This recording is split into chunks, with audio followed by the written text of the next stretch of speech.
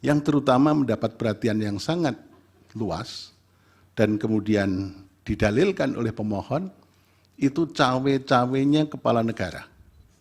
Nah, cawe-cawenya kepala negara ini, Mahkamah sebetulnya juga kita memanggil kepala negara, Presiden Republik Indonesia. Kelihatannya kan kurang elok. Sidang lanjutan sengketa Pilpres 2024 kembali digelar Mahkamah Konstitusi pada Jumat 5 April 2024. Kali ini, Mahkamah Konstitusi memanggil 4 menteri anak buah Presiden Jokowi untuk dimintai keterangan terkait bansos. Hakim Mahkamah Konstitusi Arief Hidayat mengungkap alasan tidak mau memanggil Presiden Jokowi dalam sidang sengketa Pilpres 2024. Untuk itu, pihaknya lebih memilih memanggil 4 menteri terkait untuk menjelaskan dalam sidang sengketa Pilpres 2024. Baik, terima kasih Ketua. Mohon izin para hakim yang mulia saya mendahului. Saya mencoba untuk meletakkan dulu pada kerangka garis besarnya kenapa kita memanggil untuk didengar keterangannya 2 Menko dan 2 Menteri. Jadi begini, ada dalil dari pemohon.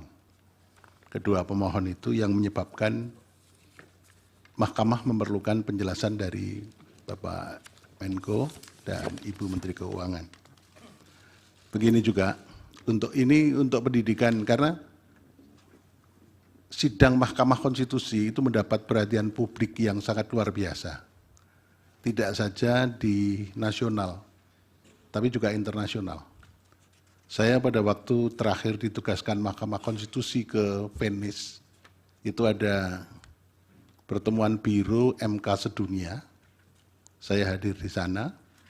Para ketua asosiasi MK yang hadir di situ dari seluruh dunia, benua-benua itu mewakili benua-benua, menanyakan kepada saya mengenai Pilpres dan Pileg di Indonesia.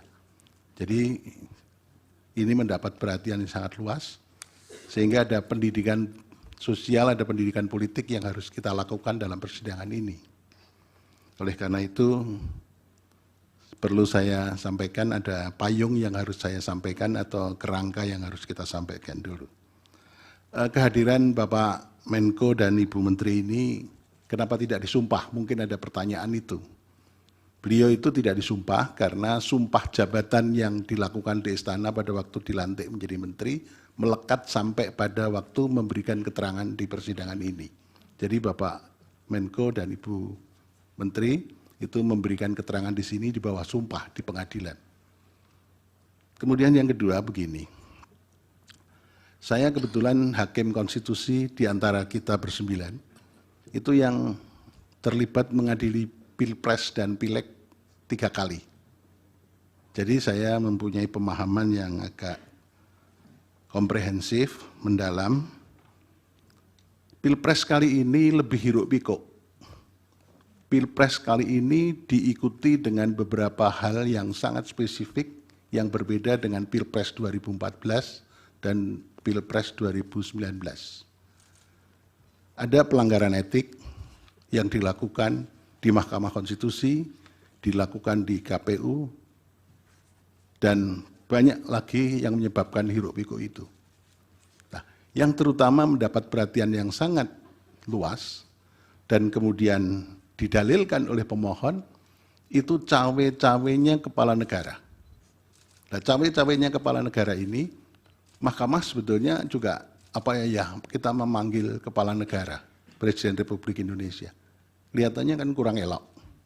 Karena Presiden sekaligus kepala negara dan kepala pemerintahan. Kalau hanya sekedar kepala pemerintahan akan kita hadirkan di persidangan ini.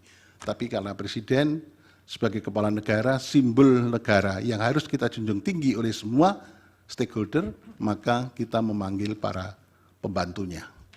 Dan pembantunya ini yang berkaitan dengan dalil pemohon. Kenapa kita panggil? Itu karena begini. Dalil pemohon mengatakan keberpihakan lembaga kepresidenan dan dukungan Presiden Joko Widodo dalam Pilpres. Nah, itu kemudian memunculkan beberapa hal. Satu, cawe-cawe yang sudah saya sebutkan tadi, kemudian keterlibatan ASN, TNI, Polri yang tidak netral, ada sangkaan, dugaan PJ Gubernur, Bupati, Wali Kota yang PJ itu juga ikut bermain di situ. Ini sangkaan atau dugaan yang perlu dibuktikan di persidangan ini. Kemudian ada peran serta lurah kepala desa juga yang ikut cawe-cawe, ikut menggalang massa, dan kemudian bansos yang dianggap mempunyai korelasi dengan elektoral. Tapi ternyata dari berbagai diskusi, bansos itu elektoral lebih berkaitan dalam persidangan ini muncul, lebih berkaitan dengan elektoral pada pileg legislatif.